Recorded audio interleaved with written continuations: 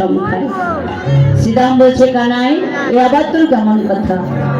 মা ঘরে বসে নাম করছে আর তুই বনে বসে বিষম খাচ্ছিস, এটা কখনো হয় বুঝি? শ্রীরামের কথা শুনে গোবিন্দ বলেন, ওরে শ্রীরাম, শুধু আমার মা নয় রে, এই জগতে যদি কোনো ভক্ত পথে কিংবা জঙ্গলে, আর জঙ্গলে কিংবা পথে বসে একবার যদি আমার নাম ধরে ডাকার মতো ডাকতে পারে, আমি তো সেই ভক্তের ডাকে বিষম খাই। আমার মা ঘরে বসে নাম ধরে ডাকছে আর আমি বনে বসে বিষম খাচ্ছি। এ জগতে মায়ের অন্তরে কেউ ব্যথা দিস না।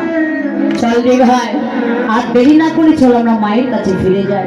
ওরে আজও মাঠে আমাদের বিলম্ব দেখিয়া, আজও মাঠে আমাদের বিলম্ব দেখিয়া, আরে আজও মাঠে আমাদের বিলম্ব দেখিয়া, আজও মাঠে আমাদের বিলম্ব দেখিয়া, আর হারা বুঝিয়াছে মাতা কত কালে ছাইয়া,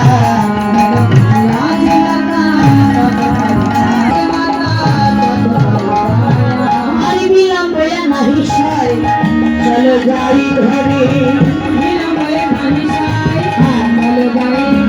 মায়ের না দেখিলে আমার প্যারে কেমন করে,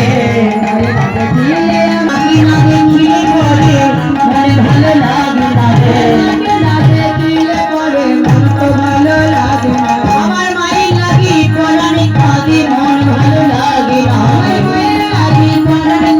চলো চল আমরা ঘরে ফিরে যাই,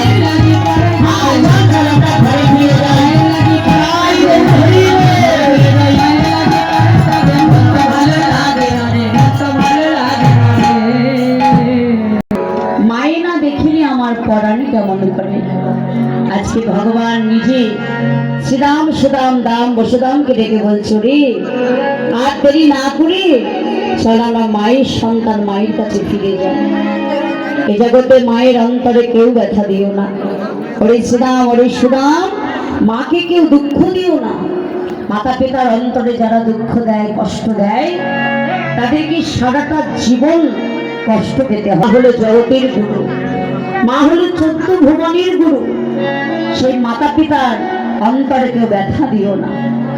কিন্তু হাইরি সংসার, এই সংসারে আমরা এমন কুসন্তান আছি যারা সারা জীবন মাতা পিতাকে দুঃখ দিই, যন্ত্রণা দিই, কষ্ট দিই। একটা মা দিব্যি তার 5টা ছেলেকে মানুষ করে তুলছে, তার বুকে স্তনের দুগ্ধ দিয়ে 5টা সন্তানকে বড় করছে। কত পরিশ্রম করে কষ্ট করে 5 জন সন্তানকে বড় করছে। আর এই 5 জন সন্তান যখন বড় হচ্ছে, তখন ওই মাতা পিতাকে বোঝা হয়ে যায়, তাই না? সন্তান যখন ছোট ছিল, মায়ের কাছে কি সন্তান বোঝা ছিল না? কোনো মায়ের কাছে তার সন্তান কি বোঝা হতে পারে? সন্তান মায়ের কাছে বোঝা হয় না।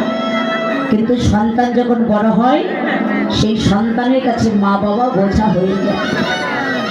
ঘরে ঘরে আছে বাবা, এমনও ঘরে ঘরে আছে মাতা পিতাকে আলাদা করে দিয়েছে, খেতে দেয় না, পড়তে দেয় না, একটু আলাপ পর্যন্ত করে না। অনেক সন্তান আছে মাকে মা বলি পর্যন্ত ডাকে না। আবার দেখো, তারাই আবার ভগবানের নাম করছে, কণ্ঠে বড় বড় তুলসীর মালা পড়েছে, মোটা মোটা, হ্যাঁ মোটা মোটা মালা পড়েছে কণ্ঠে, ললাটে তিলক পড়েছে, মাথায় চৈতন্য আছে, হাতে নামের মালা আছে। কীর্তনের আসরে বসে বসে কীর্তন শুনছে, হাও হাও করে